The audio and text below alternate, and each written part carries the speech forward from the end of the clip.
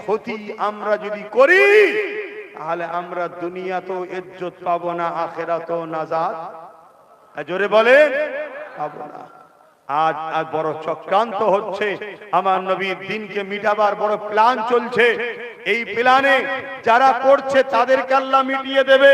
আমার নবীর দিন ছিল, আছে, থাকবে, মিটাতে কেউ পারবে না।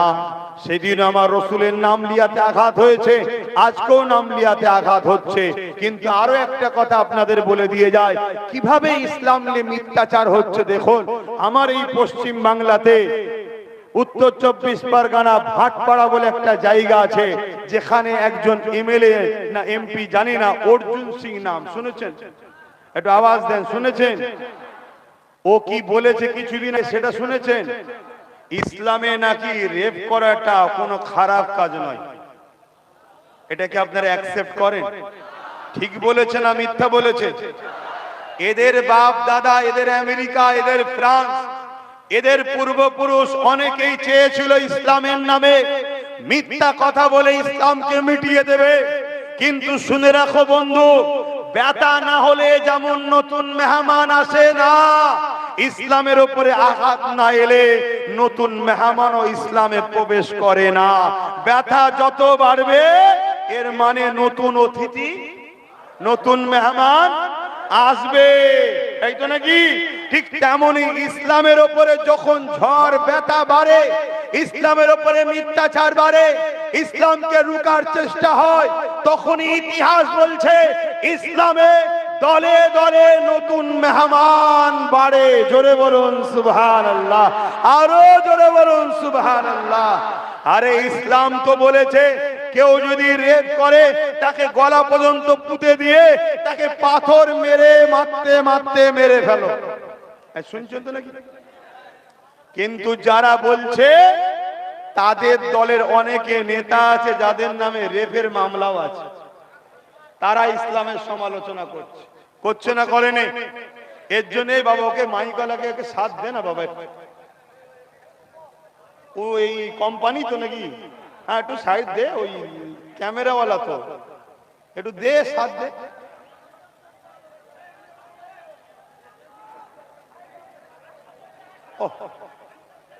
একটু দে না বাবা, ও দে দে, ওকে ছেড়ে দে, ওকে ছেড়ে দে, এমনি প্যান্ট ছিঁড়ে গেছে, দে, আরো কোথাও ছিঁড়ে যাবে, দে। এই ছেলে সরে যা না, দে না, কেন বেকার তর্ক করছে, সময় নষ্ট হচ্ছে। তাহলে বলে শোনেন শোনেন শোনেন, তাহলে ইসলামের নামে মিথ্যাচার করছে না করেনি? এর বিরুদ্ধে কোন আন্দোলন হয়েছে? আমি আব্বাস সিদ্দিকী আন্দোলন করেছি, শুনছেন না শোনেন? কিন্তু আমার অনেক ভাইয়েরা এর বিরুদ্ধে কেস করেছে, এর বিরুদ্ধে কেস করেছে, কিন্তু রাজ্য সরকার একে অ্যারেস্ট করছে। জোরে বলুন, করছে? করবে না, করবে না। কিন্তু আমরা দেখেছি এই রাজ্যে হাজার হাজার নিরীহ গরিব মুসলমানদের ঘরে মিথ্যা মামলাতে অ্যারেস্ট বন্দী করা হয় না, হয় না? কিন্তু এত বড় একটা ইসলামের নামে আঘাত দিল, এত বড় একটা ইসলামের বিরুদ্ধে কথা বললো যে ইসলামে নাকি রেপ করাটা কোনো পাপ নয়, অথচ ইসলাম বলছে রেপ যে করে তাকে গলা পর্যন্ত পুঁতে পাথর মারতে মেরে ফেলো। কেন? যে মায়ের জাতের মর্যাদা দেয় না, ইসলাম তাকে বাঁচার অধিকার দেয় না।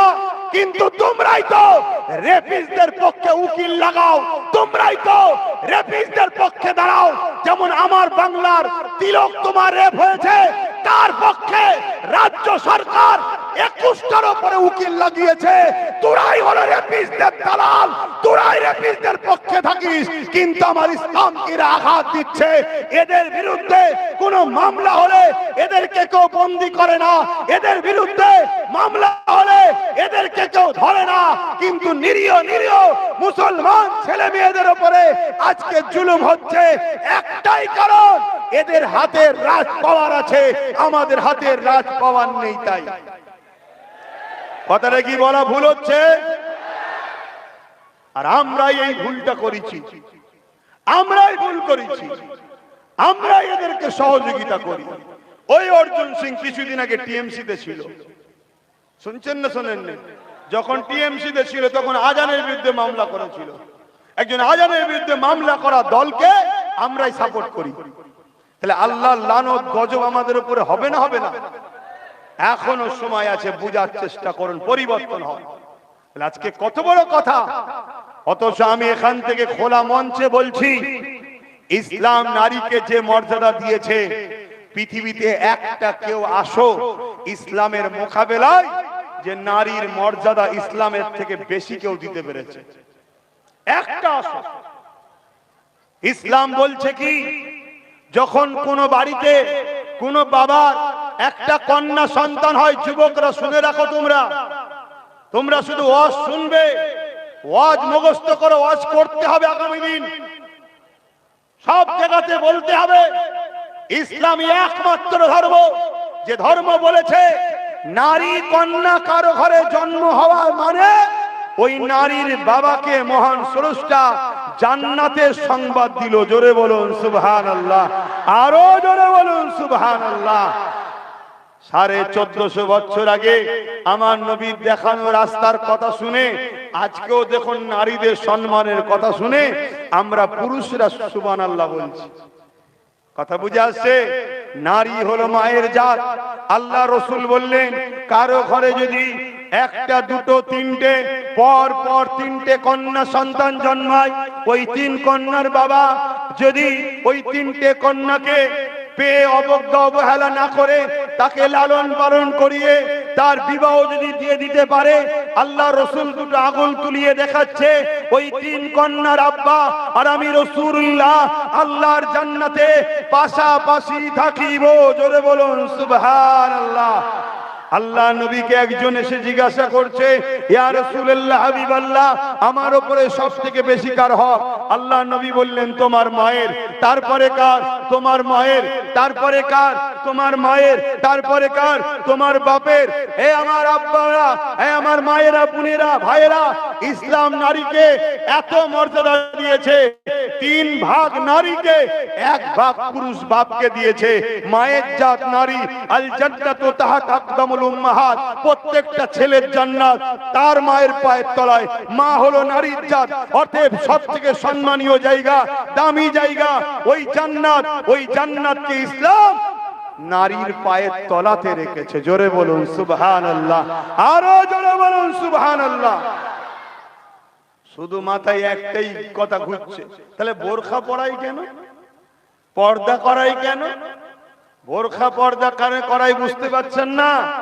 আরে বোরখা পর্দাই তো নারীর দামকে বুঝিয়েছে। জোরে বলুন সুবহানাল্লাহ।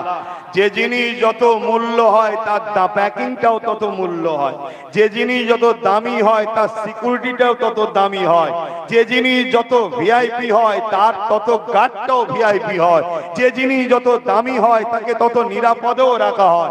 যে জিনিস যত দামি হয় তাকে তত সিকিউরিটিতে রাখা হয়। রাস্তার পাথরও পাথর, হিরেটাও পাথর। পুরুষ হলো রাস্তার পাথর, হিরে হলো মায়ের জাত। তাই তাদেরকে লকারের মধ্যে ছোট জায়গাতে রাখতে হয়, কেন? দামি জিনিস। আর পুরুষ হলো রাস্তার পাথর, যেখানে সেখানে পড়ে থাকে। কথা বুঝছেন না, বোঝেন না? তাহলে এই পর্দাই তো নারীর মর্যাদা বুঝিয়েছে। জোরে বলুন সুবহানাল্লাহ। কিন্তু আমার বলার বক্তব্য, এত বড় বড় কথা ইসলামের বিরুদ্ধে বলছে, এদের বিরুদ্ধে কোনো ব্যবস্থা হচ্ছে না কেন? একটাই কারণ, আমরা যাই করি, মাঠ ভরাই, চিল্লাই, যাই করি, আমাদের হাতে পাওয়ার নেই বলে এদের বিরুদ্ধে ব্যবস্থা হচ্ছে না। কথা বুঝে আসছে না? নাই? কিন্তু আল্লাহর কাছে জবাব দিতে হবে না? হ্যাঁ, আজকে বড় দুঃখের সাথে বলতে হচ্ছে, কেমন ভাবে ইসলামের উপরে বারবার আঘাত হচ্ছে। দেখুন, 2025 সাল চলছে, এই বছরেই কেন্দ্র সরকার ওয়াকফ কালা কানুন তৈরি করেছে। আপনারা জানেন তো? আপনাদের এলাকায় মনে হচ্ছে আন্দোলনও করেছিলাম, কিন্তু সেটা বন্ধ করতে পেরেছি আমরা। কথা বলুন। আরে লোহা না হলে লোহা কাটা যায় না, লোহা না হলে লোহা কাটা যায় না। মুফতির ফতোয়া মুফতি কাটলে মানায়, আলেমের ফতোয়া আলেম কাটলে মানায়। পীরের বিরুদ্ধে পীর ভুল করছে কিনা আর একটা পীর বললে মানায়। কথা বুঝে আসছে? হাফেজ ভুল পড়ছে কিনা আর একটা হাফেজ বললে মানায়, ঠিক তেমনই যখন রাজনেতা অন্যায় করে আর একটা রাজ পাওয়ার বিরোধী করলেই মানায়, না হয় সেটাকে রুকা সম্ভব নয়। কিন্তু দুঃখের বিষয় আমার সমাজে একদল মোল্লা মুনি সাহেব আছে, এদের মাথায় কবে যে আল্লাহ ঢুকাবে আল্লাহই ভালো জানে। এরা সর্বসময় শুধু মাঠ ভরিয়ে চিল্লে যাবে আর বিভিন্ন নেতাদের দালালি করবে, কখনো স্বপ্ন দেয়নি যে আমাদেরও রাজনীতিতে ভাগিদারি করা দরকার। এই খবর কথাটা কখনো বলছে না, বলা দরকার আছে না নাই? তো ভাইয়েরা আমার মনে রাখবেন, কেন্দ্র সরকার একটা আইন করলো। আমার একটা বক্তব্য হয়তো আপনারা শুনেছেন, খুব সোশ্যাল মিডিয়ায় চলছে। আমার তো প্রায় বক্তব্যকে কাটিং করা হয়, জানেন তো নাকি? কাটিং করে, কোনটা 20 সেকেন্ডের, কোনটা 30 সেকেন্ডের, কোনটা এখান থেকে হ্যাঁ নিয়েছে, এখান থেকে না নিয়েছে, ওখান থেকে বলো নিয়েছে, এভাবে যোগ করে দিয়ে একটা নতুন কথা বলে ছড়িয়ে দিচ্ছে, যাতে করে মানুষ আমাকে ভুল বোঝে, এ মুসলিম সমাজ যাতে আমাকে খারাপ মনে করে। বিশেষ করে কিছুদিন আগে চেয়েছিল আমাকে এমন প্রমাণ করবে যাতে আমি যেন ইসলামের বিরুদ্ধে। কি প্রমাণ করতে চেয়েছিল? আমি যেন ইসলামের বিরুদ্ধে। কিন্তু ওই খোরাকটা খাইনে সমাজ। এখন চেষ্টা করছে কি, আমার ওয়াজকে কেটে কেটে কেটে কেটে এমন ভাবে ছড়াচ্ছে যাতে মুসলিম সমাজ মনে করে আব্বাস সিদ্দিকী হলো বিজেপির লোক। শুনছেন তো নাকি? শুনছেন তো নাকি?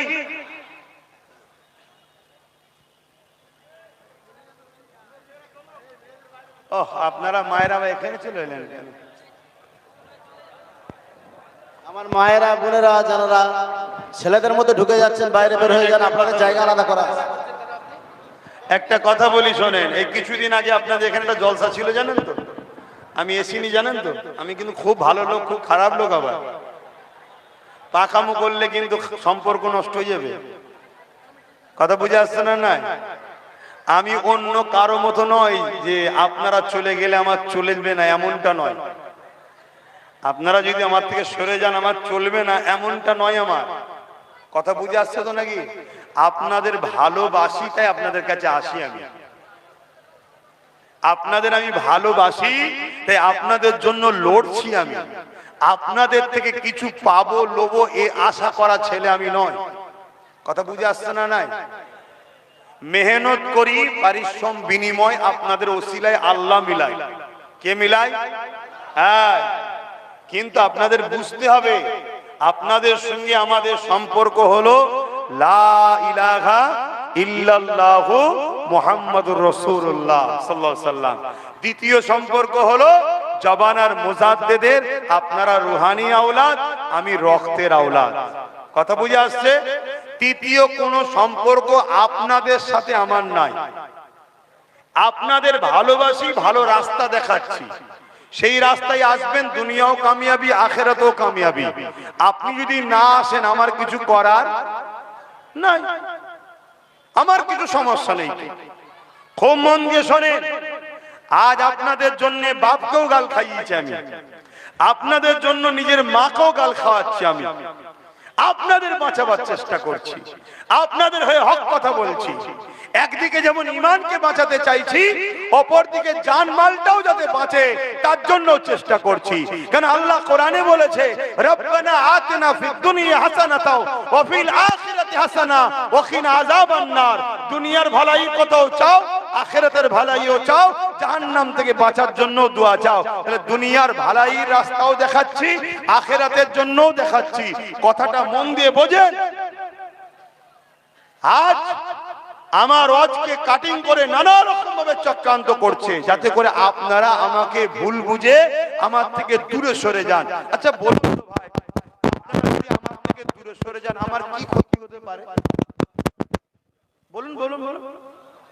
দাওয়াত করবেন না। কি করবেন না? জলসার দাওয়াত করবেন না। ভাই জলসা কি আমার রেজেক্ট? বলুন বলুন, জলসা রেজেক্ট না আল্লাহ রেজেক্ট? উলামা ভাইরা বলেন, জলসা রেজেক্ট না আল্লাহ রেজেক্ট? এতগুলো মানুষ বসে আছেন, আপনারা জলসা করেন? দুপুরে খাওয়া হয়েছে? বলুন বলুন, ঘরে বসে আরামসে বসে খেয়েছেন, আর আমি রাস্তায় কতই পড়তে পড়তে চামচ দিয়ে ইত্তিক উদিক করে খেতে খেতে এসেছি। এটা কোনো রেজে এর খারাপ বুঝবেন না, এটা কোনো জীবন শান্তি। আমি তো আপনার মতো ঘরে বসে খেতে পারি, আপনি তো অল ছাড়া খাচ্ছেন। কথাটা ভালো করে বুঝুন। আপনারা ব্যবসা করতে পারেন, আমি ব্যবসা করতে পারি না। ব্যবসা করা হারাম নাকি? নবীদের ব্যবসা ছিল, যত নবী আলাইহিস সালাম ছিলেন বেশিরভাগ কাপড়ের ব্যবসা করতেন। ইমামে আজম কাপড়ের ব্যবসা ছিল, তা ব্যবসা করতে পারি না? কথা বলুন। ব্যবসায় তো প্রচুর অর্থ রে বাবা, পয়সা যদি দরকার হয় তো ব্যবসায় তো আরব কোটিপতি, টাটা, রিলায়েন্স, গোয়েঙ্কা, এরা মায়ের পেট থেকে বড় লোক হয়ে আসে না? এরাও ব্যবসা করেছে, করে তো বড় লোক হয়েছে। তাহলে ব্যবসা করতে পারি না? পারি না। কিন্তু তারপরও সবকিছু ছেড়ে দিয়ে নবীর গোলামি করছি, নবীর দ্বীনের গোলামি করছি, নবীর উম্মতকে নবীর গোলাম বানাবার চেষ্টা করছি। এটা কি অপরাধ আমাদের? কথা বলুন। তাই কথাটা বলতে দেন। আজকে এই করার জন্য কত রকম চক্রান্ত হচ্ছে, কত ডিস্টার্ব হচ্ছে, তারপরেও কিন্তু লড়ে যাচ্ছি। পিছপা হয়নি, আল্লাহ না করাই পিছপা। মনে রাখবেন, আমার একটা বক্তব্য খুব সমাজে চলছে, ওইটা একটু বলে দিই, কেন সময় কমের দিকে যাচ্ছে। সেটা হলো, এটা আপনারা শুনেছেন কি জানি না, আব্বাস সিদ্দিকীর একটা বক্তব্য ছড়াচ্ছে। সেই বক্তব্যই আব্বাস সিদ্দিকী বলছে যে টিএমসি কে ভোট দিয়া হারাম। দেখেছেন আপনারা? একটু হ্যাঁ কি না বলুন। কারা কারা দেখেছেন একটু হাত তুলে দেখান। বাবা, এত লোক দেখে ফেলেছেন। দেখার পরও আপনারা কি গালিগালাজ করেছেন নাকি আমাকে? আমার এই কথা মেনে নিয়েছেন আপনারা? যে টিএমসি কে যে ভোট দিয়ে হারাম বলেছে, ওই বক্তব্যটা মেনেছেন না মানেন না? ওটা কি আমার বক্তব্য নয়? আপনাদের ধারণা কি? হ্যাঁ,